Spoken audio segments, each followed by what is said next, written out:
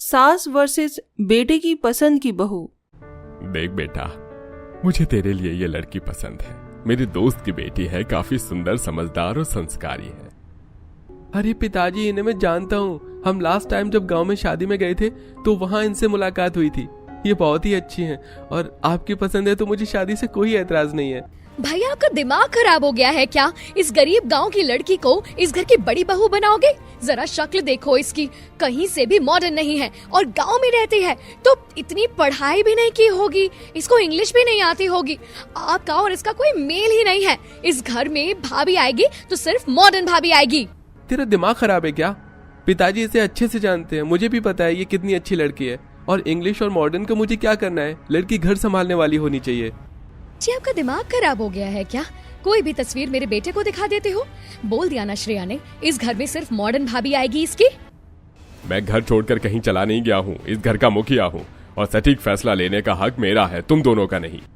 ठीक है, कर लो शादी, लेकिन उस लड़की को मैं अपनी बहू कभी नहीं मानूंगी। यह तो सुमित्रा वक्त ही बताएगा। कुछ दिन गुजरते हैं। गिरीश दीप्ति के पिता से दोनों बच्चों की शादी की बात तय कर देता है और अगले ही महीने विकास की शादी धूमधाम से दीप्ति के साथ हो जाती है। लेकिन सास गृह प्रवेश नहीं करती तो ससुर ही कर देता है। मुझे लगा था तुम अपने बेटे की खुशी में शामिल होकर बहू का गृह प्रवेश कर दोगी, लेकिन तुमने वो भी नहीं किया। अब कम से कम आशीर्वाद ही दे दो। तब विकास और दीप्ति सुमित्रा के पैर छूते हैं। लो, दे दिया आशीर्वाद, लेकिन इसके बाद भी मैं इस गरीब को अपनी बहू नहीं मानूंगी। अरे, कोई मेरी तरह मॉडर्न होनी चाहिए थी। माँ जी, आप मुझ पर भरोसा तो कीजिए, मैं आपको शिकायत का मौका नहीं दूंगी। जो बोलोगे, जैसा बोलोगे वैसा कर दूंगी। भला तुम जैसे गांव की गवार क्या ही कर सकती है? मॉडर्न कपड़े पहन सकती हो, मॉडर्न डिश बना सकती हो, इंग्लिश में बात कर सकती हो। दीदी, मॉडर्न कपड़े पहनना तो मेरे संस्कार में नहीं है, लेकिन मैं विदेशी डिश आपको जरूर बनाकर खिलाने की कोशिश करूंगी। और रही इंग्लिश की बात, तो इसकी क्या जरूरत है? जब दीदी आपका मेरा दिल से रिश्ता बन जाएगा तो ऐसी लैंग्वेज की जरूरत नहीं पड़ेगी। ओह, अपनी चिकनी चुपड़ी बातें बंद करो। तुम्हारे पास से गोबर की मिट्टी की बू आती है। श्रेया, मैं अपनी पत्नी के बारे में एक और लफ्ज नहीं सुनूंगा। भैया, ये इस घर की बहू नहीं, इस घर की नौकरानी लग रही है। कोई बात नहीं विकास जी, मुझे भरोसा है धीरे धीरे सब कुछ ठीक हो जाएगा। जाओ बहू, आराम करो। तब दोनों आराम करने अपने कमरे में चले जाते हैं। अगले दिन बहू जल्दी उठकर घर की सफाई कर लेती है और पूजा करके पहली रसोई का खाना बनाकर सबको खिलाती है। वाह बहू, तुमने बहुत स्वादिष्ट खाना बनाया है। यह लौकी का हलवा खाकर तो बचपन की याद आ गई। हाँ भाभी, खाना तो एक नंबर का सॉलिड बनाया है। गगन भैया, अब आप भी इसके हाथ का खाना खाओगे? कैसे बोल रही हैं? भाभी है वो हमारी और इस घर की बड़ी बहू। बहू और भाभी का तो नहीं पता, लेकिन इस घर की नौकरानी जरूर बन सकती है वो। बस श्रेया, बहुत हो गया, चुप बैठो और खाना खाओ। हाँ दीप्ति, हलवा तो छोड़ो, तुमने आलू की कचौरी और वेज पुलाव भी बहुत अच्छे बनाए हैं। श्रेया, माँ आप दोनों भी खाकर देखिए। हमें इस गंवार गांव की लड़की के हाथ का खाना खाने की कोई जरूरत नहीं है। श्रेया ने फ्रूट काट दिया है, हम दोनों वही खाएंगी। ये घी वाला खाना हम नहीं खाते हैं। माँ जी, दीदी एक बार चख तो लीजिए, बहुत अच्छा बना है और इतना खाने से आपकी डाइट खराब नहीं होगी। तुम्हें समझ नहीं आता क्या? अपना खाना हम पर थोपोगी क्या? तब दीप्ति चुप हो जाती है और वो लोग अपना फ्रूट खाकर चले जाते हैं। दिन गुजरते हैं। दीप्ति बेहद आसानी से ससुराल की जिम्मेदारी संभाल लेती है। हर किसी के कपड़े प्रेस करना, खाना समय से बनाना, सास ससुर को टाइम पर दवाई देना इत्यादि काम वो बखूबी कर लेती है। लेकिन सास और नंद चिढ़े रहते हैं। एक दिन श्रेया अपनी दो सहेलियों को घर पर बुलाती है। अच्छा हुआ तुम दोनों आ गई। जस्ट सिट डाउन सलोनी और पायल। भाभी, ओ भाभी, मैंने आपको कहा था ना मेरी फ्रेंड्स के लिए कुछ बना लाओ, जरा लेकर आओ। जी लाई। ऐसा कहकर दीप्ति पहले नींबू पानी दे देती है और फिर पूरी कचौड़ी बनाकर ले आती है। ये देख दीप्ति गुस्सा हो जाती है। आपका दिमाग खराब है? मेरी फ्रेंड के लिए क्या लेकर आई हो? मेरे फ्रेंड्स पूरी कचौरी खाएंगे, दिमाग नाम की चीज नहीं है क्या? इसीलिए मैं बोल रही थी कि मुझे इस घर में मॉडर्न भाभी चाहिए।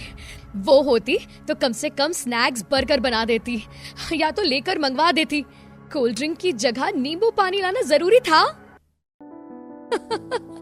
Cool down.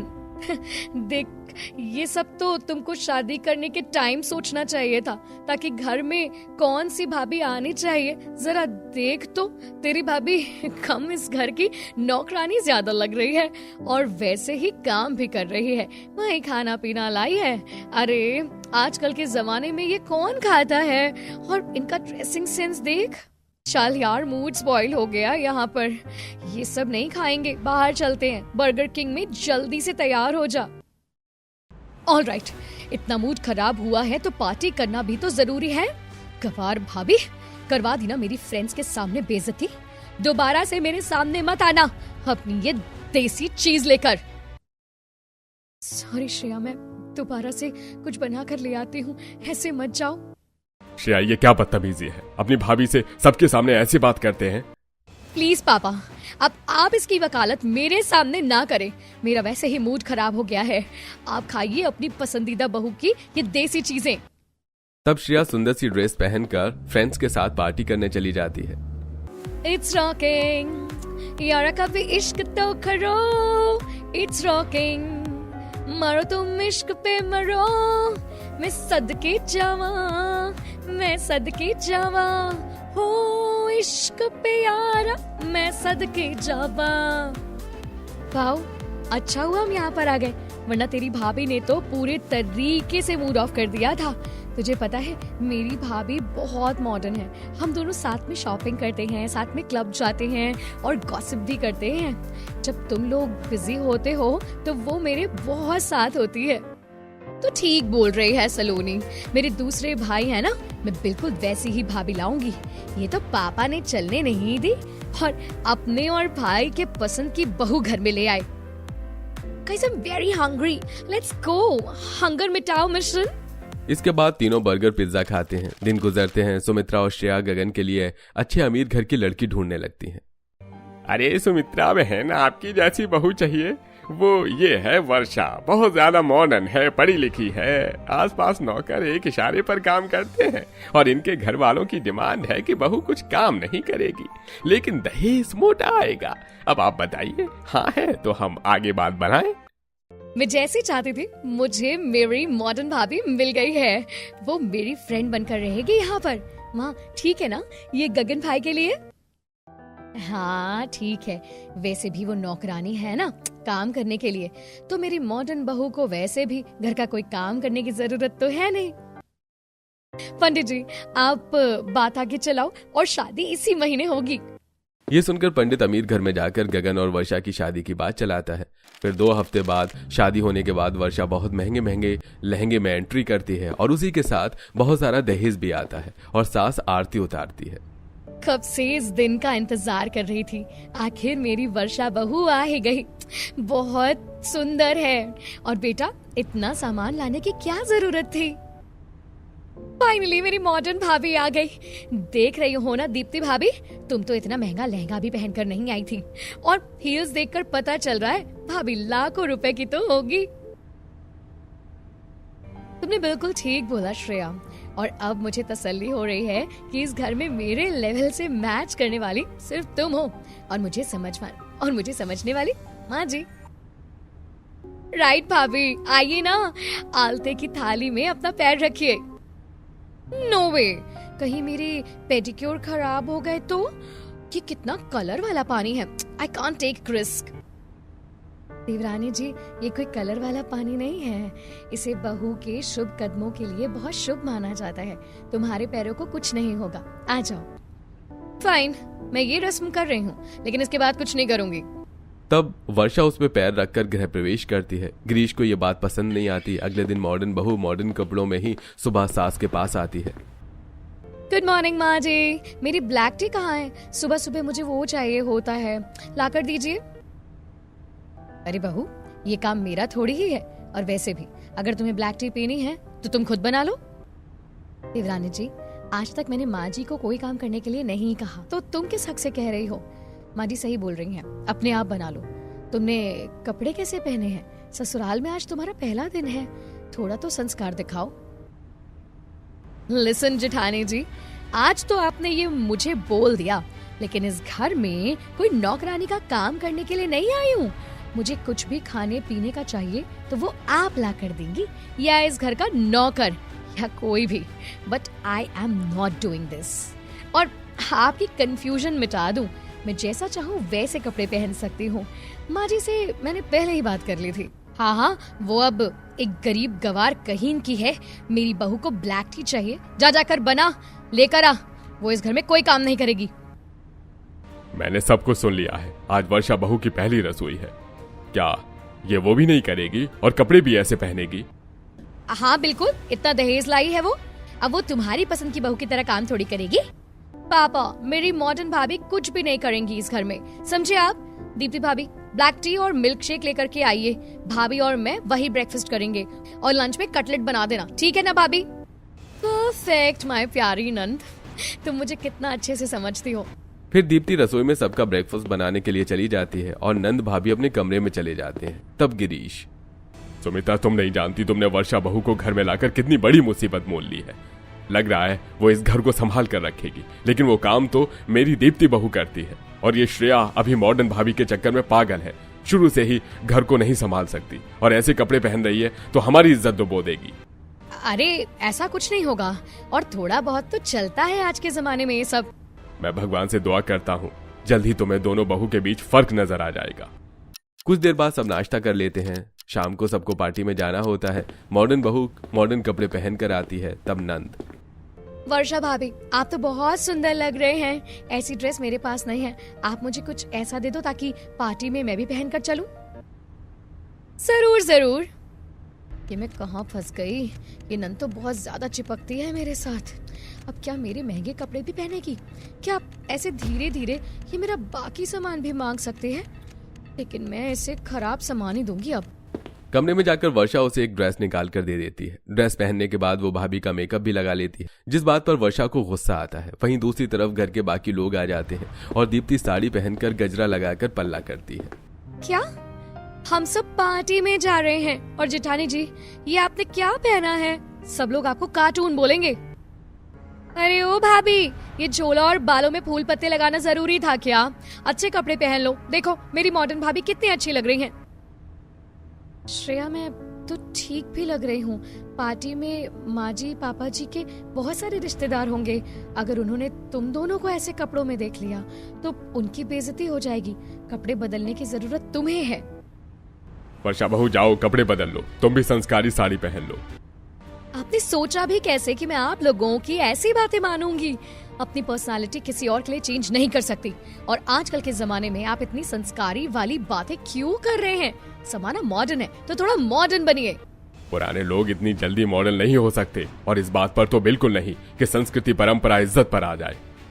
सुमित्रा, तुम चली जाओ, मैं पार्टी में नहीं जा रहा। तब सुमित्रा खुश होकर अपने पति को घर पर छोड़ देती है और पार्टी में चली जाती है, जहां पार्टी में देवरानी नंद जेठानी के पहनावे का खूब मजाक उड़ाते हैं।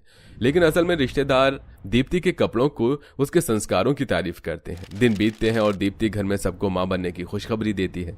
अरे सुमित्रा, तुम्हारी बहू माँ बनने वाली है और हम दादा दादी। चलो उसकी नजर उतार दो। मैं क्यों करूँ ये सब? तुम्हारे और विकास की पसंद की बहू है। जब मेरी वर्षा बहू मुझे खुशखबरी देगी तो ये सब मैं उसके लिए करूंगी, इस गरीब गवार के लिए क्यों करूं? दीप्ति की आंखों में आंसू आ जाते हैं और वो अपने कमरे में चली जाती है। तब विकास, बस करो माँ, इस हालत में तो मेरी पत्नी के साथ ये सब हरकतें मत करो। अपने आने वाले पोता पोती से भी प्यार नहीं है क्या आपको? ये सब मैं नहीं जानती, मैं बस ये जानती हूँ कि तू मेरे खिलाफ गया। समझ गया माँ। तब विकास अपनी पत्नी को सहानुभूति देता है और उसके खाने पीने के लिए घर में अच्छी अच्छी चीज लाता है। ऐसे 4 महीने गुजर जाते हैं। इस बीच वो घर का काम करना नहीं भूलते। घर में सबके लिए रोटी बना रही होती है। तब ससुर, भगवान, मैं तुझे कब से ढूंढ रहा हूँ, जानता था तू रसोई में ही मिलेगी। मना किया है ना तुझे काम करने से, तू बैठ जा, मैं खाना बना रहा हूँ। अरे पापा जी, मेरे होते आप खाना क्यों बनाएंगे? और वैसे भी थोड़ा बहुत गर्भवती महिलाएं काम कर सकती हैं। देखा तेरी सास को तो तेरी पड़ी नहीं है, लेकिन मैं उसकी तरफ से अपना कर्तव्य निभाऊंगा, पिता बनकर भी और माँ बनकर भी। तू जा, बैठ जा। वैसे भी मैंने अपनी माँ के साथ खाना बनाना सीखा है। चल बता, तेरा क्या खाने का मन है? पापा जी आप रहने दीजिए। अरे तू बता बहू। पापा जी, मुझे बहुत दिन से रबड़ी जलेबी खाने का दिल कर रहा है। अच्छा, अब तू देख, तेरे पापा जी कितनी अच्छी रबड़ी जलेबी बनाते हैं। मैंने विकास के होने पर भी यही बनाया था। तब ससुर सब्जी बनाने के बाद बहू के लिए एक गैस पर जलेबी बनाता है तो दूसरी तरफ रबड़ी तैयार करता है, जिसे खाकर बहू बहुत खुश होती है। और ये सब माँ, बेटी और वर्षा देखते हैं। आहा, वाह पापा जी, आपने तो बिल्कुल देसी स्टाइल रेस्टोरेंट जैसा बनाया है। मुझे और खाना है। अरे बेटा, जी भर के खा, बहुत सारा बनाया है तेरे लिए। छी, कोई कैसे दो दो मीठी चीज एक साथ खा सकता है? देख कर ही वॉमिट हो रही है। माँ जी, आपकी बड़ी बहू में पापा जी को कब्जे में कर लिया है। देखिए तो कैसे काम करवा रही है उनसे। हाँ बहू, लेकिन मैं कुछ नहीं कर सकती। कुछ बोलूंगी तो यही बोल पड़ेंगे। इस गवार ने पापा को कितना बदल दिया है। हम तो उन्हें जैसे कि अच्छे ही नहीं लगते, उन्हें मॉडर्न चीज पसंद ही नहीं है। लेकिन भाभी, जब आपका बेबी होगा ना, तो हम बेबी शावर करेंगे, अच्छी अच्छी पार्टी करेंगे। स्टॉप श्रेया, मैं अपने फिगर के साथ अभी कोई चांस नहीं ले सकती। ओके, कूल डाउन भाभी। और हाँ, क्या हम साथ में शॉपिंग करने चल सकते हैं कि नहीं? बाहर कुछ खा भी लेंगे। और मुझे 5,000 रुपए चाहिए थे, फ्रेंड के साथ रिजॉर्ट जाना है। देखो, मैं आपके मुंह पर कह रही हूँ माँ जी, श्रेया को मेरे पास पैसे हैं। इसका मतलब ये नहीं है कि कितने भी लुटा दूं। या तो तुम शॉपिंग कर लो या पैसे ले लो। मैं तुम्हारी हर ख्वाहिश पूरी नहीं कर सकती। भाभी को मैं कितना अच्छा समझती हूँ, लेकिन वो मुझसे कैसी बातें करने लगी है आजकल। इतना कहकर श्रेया चुप हो जाती है। अगले दिन सुमित्रा, अरे वर्षा बहू, जरा इधर आना। वो मेरा चश्मा छत पर रह गया है, उसको नीचे ले आती, मेरे घुटने में दर्द है। माँ जी, आपको क्या बोला था कि मैं कोई नौकरानी नहीं हूँ। ऊपर चश्मा रह गया है, जा सकती हो तो लेकर भी खुद आ सकती हो। मैं नहीं जा रही, मेरा पार्लर का सेशन है, मैं वहाँ जा रही हूँ। ये कहकर वर्षा चली जाती है और दीप्ति सुन लेती है।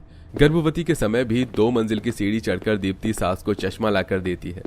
हाँ ठीक है, ज्यादा मेरा ख्याल रखने की कोशिश मत कर। तुझे क्या लगता है घर में वारिस लेकर आ रही है तो मैं तुझे प्यार करने लगूंगी? बिल्कुल नहीं। ये सुनकर दीप्ति को फिर बुरा लगता है। बेटू, मैं क्या करूं? आपकी दादी तो शादी से लेकर अभी तक मुझे अपना नहीं मान रही है, तो आपको आपका हक कैसे दिलाऊंगी? आपकी बुआ भी पसंद नहीं करती। पता नहीं सब कुछ ठीक होगा भी या नहीं। तब ससुर बहू के सिर पर हाथ रखता है। तू चिंता मत कर बहू, सुमित्रा एक दिन जरूर मानेगी। अपनी कैल्शियम और आयरन की दवाई खा ले, सबका ख्याल रखती है पर अपना नहीं। थैंक यू पापा जी, आप बहुत अच्छे हैं। दिन गुजरते हैं। बड़ी बहू बहुत संस्कारी होती है, घर में गर्भवती के समय भी सबका खाना बनाती है और अपना योग भी करती है। वहीं दूसरी तरफ मॉडर्न बहू दिन पर दिन चिड़चिड़ी हो जाती है और नंद को भी अपना सामान देने से इनकार कर देती है। अब सास को भी वर्षा का असली रंग दिखाई दे रहा था। वहीं एक बार वर्षा साबुन वाला बाथरूम छोड़ देती है, जिस वजह से दीप्ति गिरने से बच जाती है और विकास उसे सुनाता है, लेकिन वर्षा अपनी गलती एक्सेप्ट नहीं करती। वहीं दूसरी तरफ नंद के लिए एक भी अमीर घर का रिश्ता नहीं मिलता है, तो पैसों की धौंस दिखाकर वर्षा फेक डिग्री के सहारे नंद का रिश्ता अमीर घर में करवाने वाली होती है। लेकिन लड़के वालों के सामने सच्चाई सामने आ जाती है और वो बहुत बेइज्जती करके चले जाते हैं। सब खत्म हो गया। मैं बहुत बुरी बेटी हूँ। आज मेरे परिवार की बहुत बदनामी हुई है। अब किसी भी अमीर घर में मेरी शादी नहीं होगी। मैंने तुम्हें पहले ही समझाया था श्रेया, झूठ से की गई शुरुआत ज्यादा टाइम तक नहीं टिकती। आगे जाकर भी ये रिश्ता टूट सकता था। हर चीज पैसों से नहीं तोली जा सकती। कहीं पर स्थिति में रिश्ते ही काम आते हैं। कई परिस्थिति में रिश्ते ही काम आते हैं। हाँ तो किसी गरीब घर में शादी कर लो। लालची तो तुम बहुत हो श्रेया, तुम्हारे साथ ऐसा ही होना चाहिए था। वर्षा भाभी, अपनी पसंद से आपको इस घर में लाने वाली मैं ही थी, लेकिन आपकी मॉडर्न सोच मेरे लिए ही ऐसी निकलेगी, मेरे भविष्य खराब कर देगी। पता नहीं था। आपसे कई ज्यादा समझदार और अच्छी बहू दीप्ति भाभी है। हाँ प्लीज प्लीज मुझे माफ कर दीजिए। दीदी आप चिंता मत करो, मेरी नजर में एक अमीर घर का रिश्ता है। वे जरूर आपसे शादी करेंगे और डिग्री भी नहीं देखेंगे। दीप्ति बहू मुझे माफ कर दे। इस घर की असली बहू तो तू ही निकली। इस तरह नंद और सुमित्रा को अपनी गलती का एहसास होता है और अगले ही महीने दीप्ति एक प्यारे से बेटे को जन्म देती है। घर में सब लोग अब दीप्ति और बच्चे के साथ रहते हैं। वहीं अकेलेपन में वर्षा भी सुधर जाती है। दोस्तों, आपको हमारी कहानी में क्या अच्छा लगा? कमेंट करके हमें जरूर बताइएगा।